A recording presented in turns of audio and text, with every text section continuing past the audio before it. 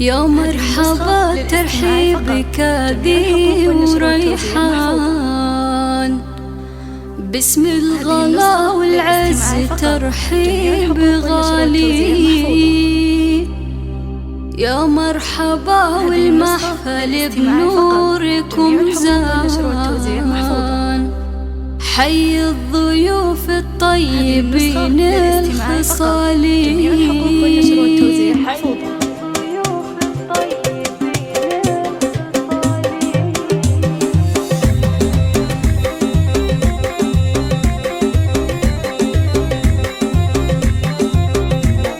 يا مرحبا ترحيبك ذي وريحان، باسم الغلا والعز ترحيب غالي. يا مرحبا والمحفل بنوركم زان، حي الضيوف الطيبين الخصالي. ترحيبة تترادف أعذاب الألحان، ومن الشعر تختار عذب الجزالي. باسم أم فيصل مرحبا عاد الأمزان، في ليل فرحة اختها أغلى الغوالي. ترحيب أم فيصل لها الجود عنوان، يا مرحبا بدار الكرم والمعالي.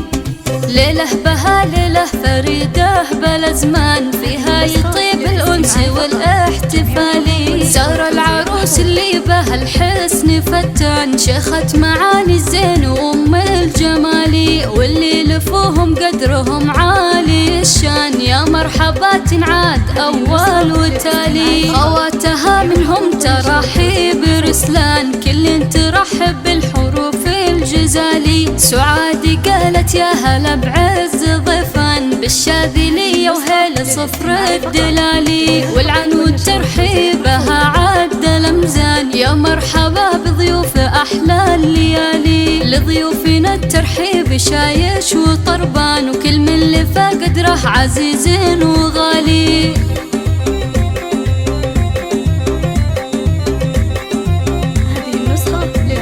يا مرحبا ترحيبك ذي وريحان، باسم الغلا والعز ترحيب غالي. يا مرحبا والمحفل بنوركم زان، حي الضيوف الطيبين الخصالي. ترحيبة تترادف أعذاب الألحان، ومن الشعر تختار عذب الجزالي. باسم أم فيصل مرحبا عاد الأمزان، في ليل فرحة اختها أغلى الغوالي. ترحيب أم فيصل لها الجود عنوان، يا مرحبا بدار الكرم والمعالي.